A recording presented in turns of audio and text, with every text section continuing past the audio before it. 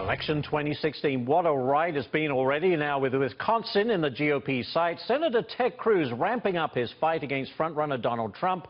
And it might be working, well, at least a little bit. According to the latest national Fox News poll, support for the Texas senator has doubled to 38%. That's just 3 points behind Donald Trump. And Trump is taking notice, launching a brand new web ad attacking Ted Cruz on his latest endorsements. What would your message be to Ted Cruz? Have a little bit of self-restraint. Ted Cruz is just like any other politician. He says whatever he needs to say to get elected. Ted Cruz is not my favorite by any means.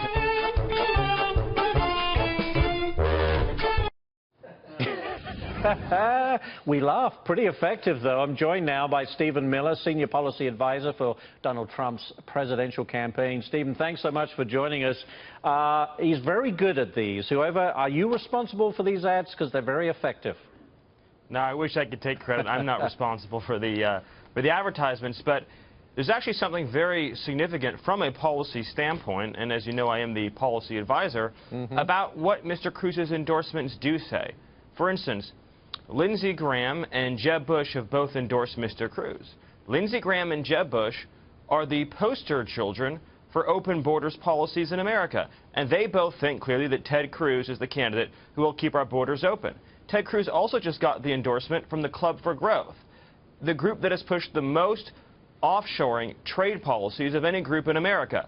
I remember when we were fighting to crack down on China currency cheating, it was the Club for Growth that sided with Ted Cruz to keep China's cheating in place. So these endorsements tell you that the Cruz candidacy is the candidacy committed to keeping our borders open and sending our manufacturing jobs overseas. But if endorsements really mattered that much, Stephen, then Jeb Bush would still be in the race, right?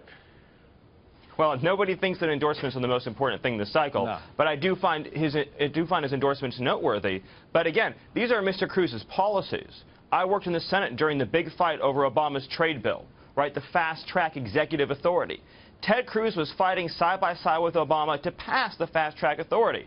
A fact about his record now, he's trying to sweep under the rug. But Mr. Cruz was Obama's best ally. We could have broken the back of Obama's trade bill and killed it in the Senate if Ted Cruz had been fighting with us to stop it instead of fighting with Obama to get over conservative opposition. That changed the whole course of American history. Millions of jobs are threatened, including Wisconsin's jobs, because of Ted Cruz's reckless support for the Obama trade agenda. Stephen, Ted Cruz today calling, I mean, this is name-calling, and I hate to just kind of further it, but he called Donald Trump a sniveling coward. It's this ongoing, simmering argument over their wives. I mean, I think on both sides of this has no place in the campaign. Would you agree? I think that Mr. Cruz's comment is deeply unfortunate, but one of the reasons why I'm so glad to be on your program right now is that we get to talk about what really is at stake in this race. Now, we've just seen in Belgium one of the most horrifying terrorist attacks that any of us could ever possibly imagine. Mr. Trump has been clear that if he is president, we will pause the migration programs to do a full and complete security assessment. Ted Cruz, in 2013, pushed an amendment to double Muslim immigration. So again, Ted Cruz is the candidate of offshoring, and he's the candidate of radically expanded Muslim migration. No wonder why all the special interests and all of the donor class powers controlling D.C. are lining up behind Ted Cruz, because they know if Ted Cruz is president, which he'll never be, we'll continue the massive pace of migration, and we'll continue sending all of our manufacturing jobs overseas. But, Stephen, he's also calling for the, monitoring of Muslim communities, and he's taken a lot of flack for that, saying you cannot monitor people based on their religion alone. There has to be a reason for it. That's kind of the criticism that Donald Trump got. Well, I think we can all agree it's been very painful to watch the Cruz campaign try and explain his own position. To this day, I don't think anyone really understands what it is. What I can tell you is our position makes a lot more sense than the Cruz position.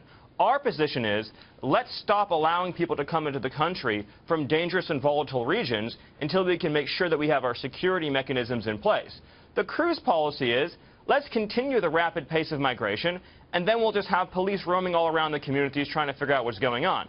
You tell me what makes more sense. Keep the threat abroad, or keep the threat here domestically. That's a major distinction in this race, and I'm glad we get a chance to talk about it today. All right, and we have to end it there. Stephen Miller, Trump Campaign Senior Thank you. Policy Advisor. Stephen, thank you very much. We appreciate it. Thanks so much.